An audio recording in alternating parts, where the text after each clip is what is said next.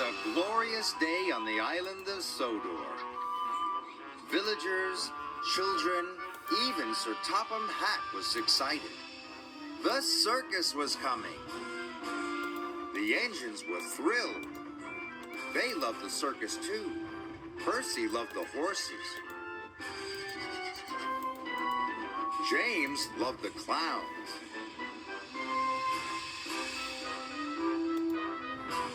Children gathered on the bridges. They were waiting to see the circus pass by. Thomas became more and more excited. Everyone wanted to collect the circus from Brendam Docks. Sir Topham Hatt came to Tidmouth Sheds. He had exciting news for Thomas. "Thomas, you are to collect the circus," he boomed. Thomas was very happy. Pulling the circus sounded like wonderful fun. Was very happy. Pulling the circus sounded like wonderful fun. "But if there are too many freight cars for you to pull," added Sir Topham Hatt, "you must share the work with another engine." Percy and James were pleased. Maybe they'd get to pull the circus after all.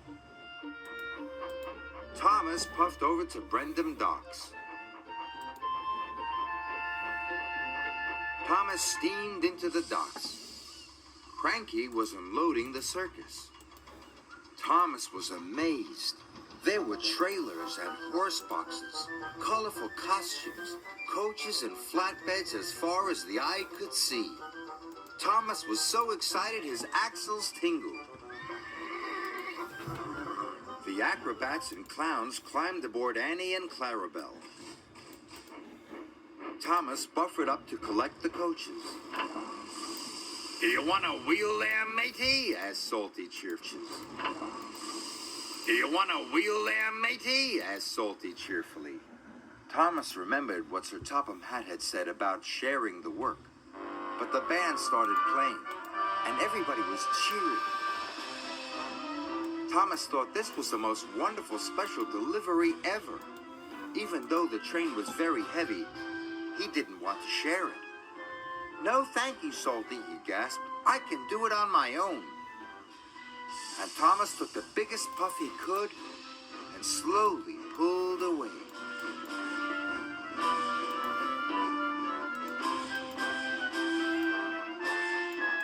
Thomas trundled through the countryside.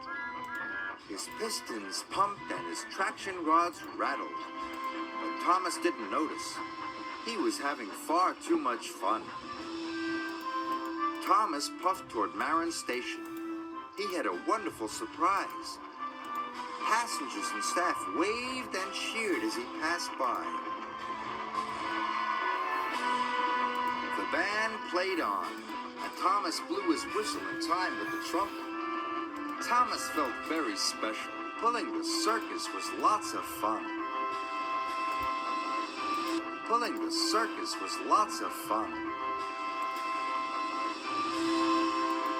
Thomas stopped by a bridge. Percy was waiting there too. Children waved to Thomas and the circus. Thomas blew his whistle. Percy wanted to join in. "Is there anything I can take?" asked Percy hopefully. But Thomas wanted to keep all the fun to himself. "No, thank you," he gasped. "I can do it all on my own." Percy watched Thomas and the circus slowly chuff away. He felt very disappointed. Thomas puffed on. The train started to feel heavier and heavier. His traction rods were rattling more than ever. Thomas stopped at a junction. James was waiting in a siding. James thought the band sounded very jolly. Was waiting in a siding. James thought the band sounded very jolly. "If you want to uncouple some freight cars," he said hopefully, "I could take them for you." "No, thank you," gasped Thomas. "I can do it all on my own." He didn't want to miss out on any of the fun. "All on my hopefully, I could take them for you." "No, thank you," gasped Thomas. "I can do it all on my own." He didn't want to miss out on any of the fun.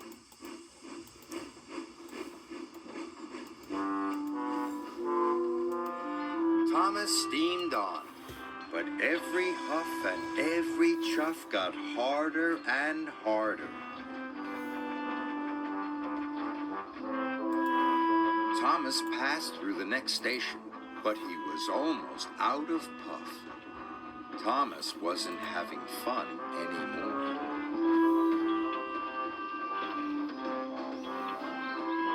Then there was trouble. With a horrible creak and a terrible crack, Thomas's traction rods broke.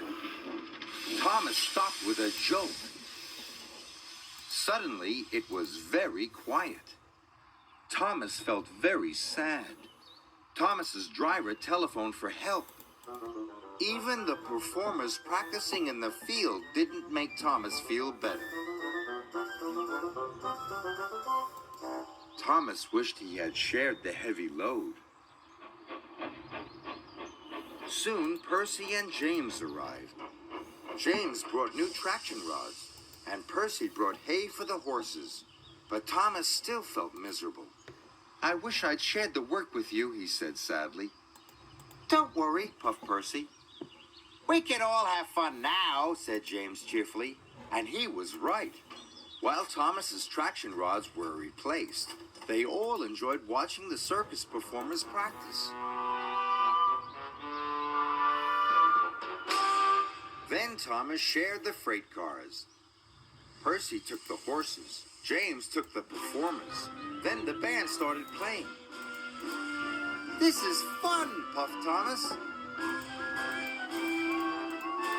All three engines blew their whistles, and the long and jolly train set off. Later, the friends watched as the big tent was put up. "Thank you for helping me," puffed Thomas. "Sharing your work makes things much easier. But sharing the fun is the best fun of all." And everyone agreed.